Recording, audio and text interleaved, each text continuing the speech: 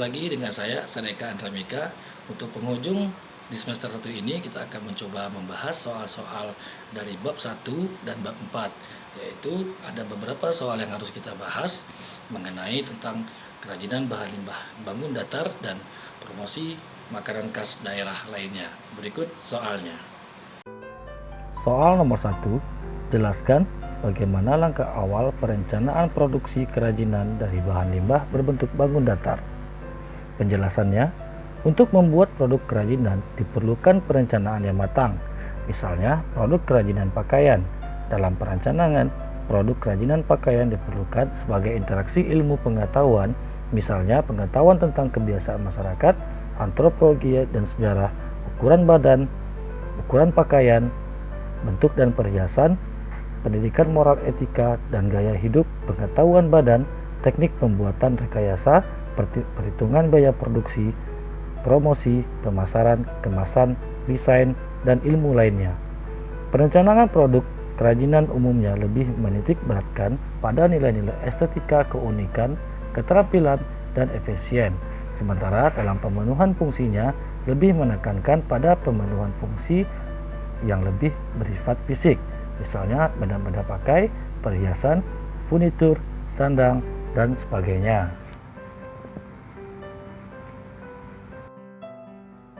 Soal nomor 2, jelaskan mengapa dalam proses berkarya kerajinan banyak para pengrajin menerapkan unsur estetika dalam pembuatan produk kerajinan dari bahan limbah bangun datar. Penjelasannya, unsur estetika sering kita kenal adalah istilah keindahan. Keindahan adalah nilai-nilai estetis yang menyertai sebuah karya seni. Keindahan juga diartikan sebagai pengalaman estetis yang diperoleh ketika seorang mengecap objek seni atau dapat pula dipahami sebagai sebuah objek yang memiliki unsur keindahan.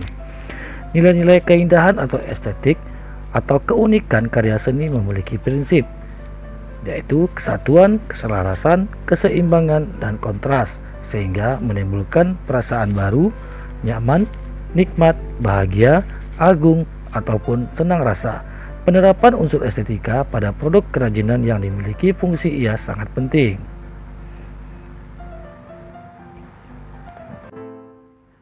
Soal nomor 3, jelaskan yang dimaksud dengan tujuan pengemasan produk kerajinan. Penjelasannya, kemasan dapat diartikan sebagai wadah atau pembungkus yang berguna mencegah atau mengurangi terjadinya kerusakan-kerusakan pada bahan yang dikemas atau yang dibungkusnya. Tujuan pengemasan produk kerajinan sebagai berikut. 1. Kemasan memenuhi syarat keamanan dan kemanfaatan. Kemasan melindungi produk dalam perjalanannya dari produsen ke konsumen. 2. Kemasan dapat mendukung program pemasaran. Melalui kemasan identifikasi produk menjadi lebih efektif dengan sendirinya mencegah pertukaran oleh produk lainnya. 3. Kemasan merupakan suatu cara untuk meningkatkan laba perusahaan, oleh karena itu perusahaan harus membuat kemasan menarik dan semenarik mungkin. Soal nomor 4, jelaskan manfaat titik impas usaha kerajinan dari bahan limbah berbentuk bangun datar. Penjelasannya, break even point atau BEP adalah suatu keadaan di mana perusahaan dalam operasinya tidak memperoleh laba dan juga tidak menderita kerugian, atau dengan kata lain total biaya sama dengan total penjualan hingga tidak ada laba dan tidak ada rugi.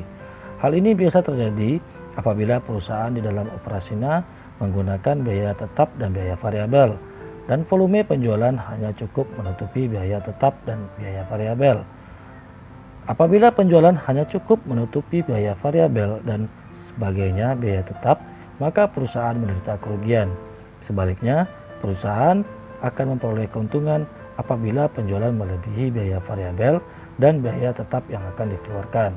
Manfaat break even point atau BEP sebagai berikut. 1. Alat perencanaan untuk menghasilkan laba.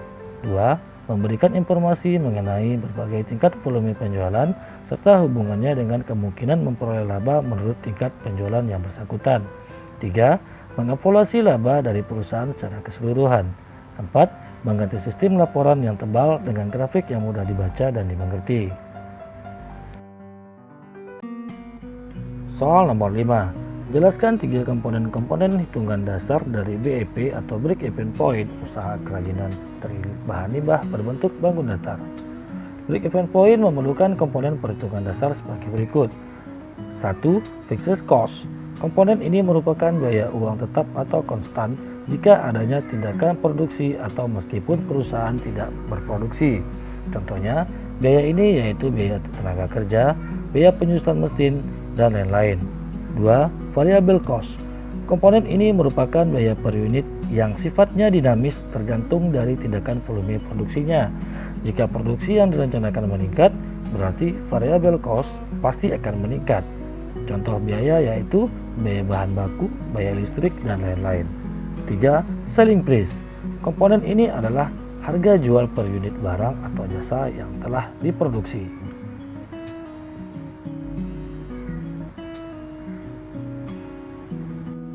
Soal nomor 6. Jelaskan bagaimana analisis perhitungan BEP usaha kerajinan dari bahan limbah berbentuk bangun datar.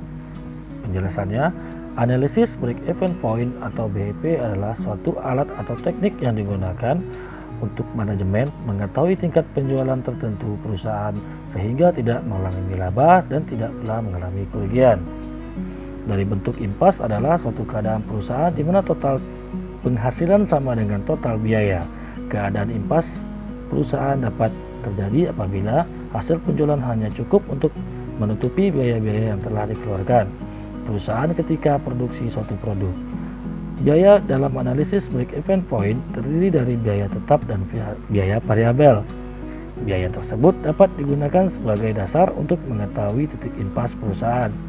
Analisis Break Even Point juga dapat digunakan sebagai alat bantu bagi manajemen untuk melakukan perencanaan, yakni dalam hal membuat perencanaan penjualan dan laba. Soal nomor 7. Jelaskan bagaimana cara mempromosi kerajinan dari bahan limbah berbentuk bangun datar secara online. Yaitu pertama adalah Facebook, yang kedua berbagi foto di Pinterest, 3. Selalu aktif di situs media sosial, 4. Membuat blog, 5. Jejaring selama bisnis, 6. Blog walking, 7. Mengirim alamat web, 8. Menggunakan iklan, 9. Menulis media online.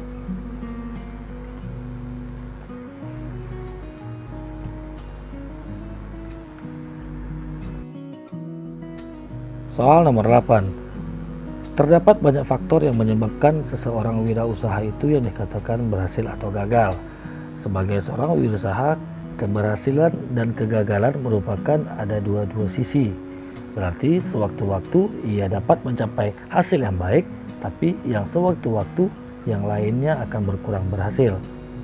Untuk itu perlu didefinisikan faktor apa yang menyebabkan ia gagal atau berhasil.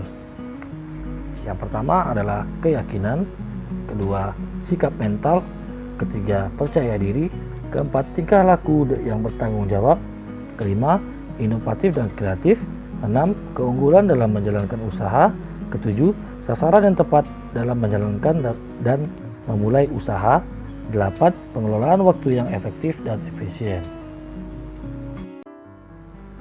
Soal nomor 9.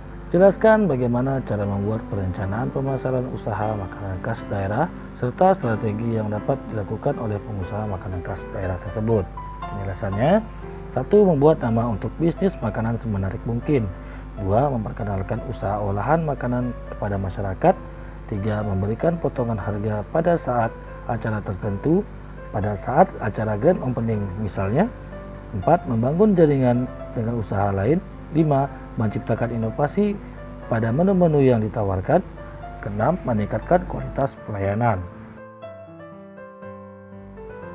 Soal nomor 10. Jelaskan karakter makanan khas daerah dari kota A. Jawa Barat, B. Jawa Tengah, C. Jawa Timur, D. Sumatera, E. Sulawesi.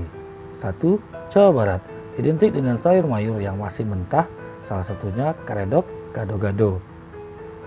Jawa Barat merupakan daerah pegunungan yang banyak menghasilkan berbagai jenis sayur mayur. Masyarakat Jawa Barat lebih suka makan sayur mayur yang masih mentah secara langsung dalam bentuk lalapan mentah yang disantap bersama sambal. 2. Masakan Jawa Tengah. Masyarakat Jawa Tengah banyak menggunakan bawang putih sebagai bumbu dominan dan lebih menyukai rasa manis dibandingkan rasa yang lain. Di daerah ini banyak ditemukan makanan bersantan, contohnya adalah gudeg dan lain-lain.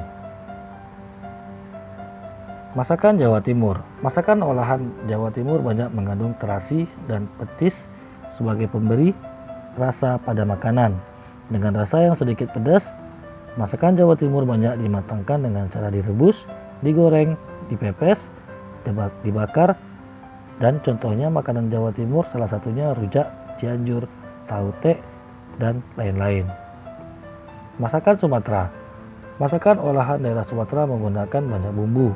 Sumatera Barat menggunakan banyak cabai sehingga rasanya relatif pedas dan santan yang kental.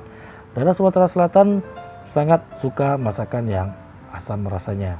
Olahan makanan banyak dimatangkan dengan cara direbus, dibakar, dan digoreng dengan waktu memasak yang relatif lama. Masakan dari sayur mayur tidak banyak jumlahnya. Kalaupun ada jumlahnya, sayur mayur tidak bervariasi. Sayur dan kering dipakai antara lain daun singkong, kacang panjang, buncis, dan nangka muda.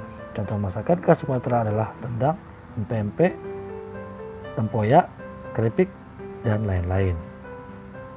Sulawesi. Masakan olahan dari Sulawesi banyak menggunakan ikan dan rasa asam pedas. Contoh masakan Sulawesi adalah bubur jagung, kaledo, palu mara, ufempoy, utakelo, dan lain-lain.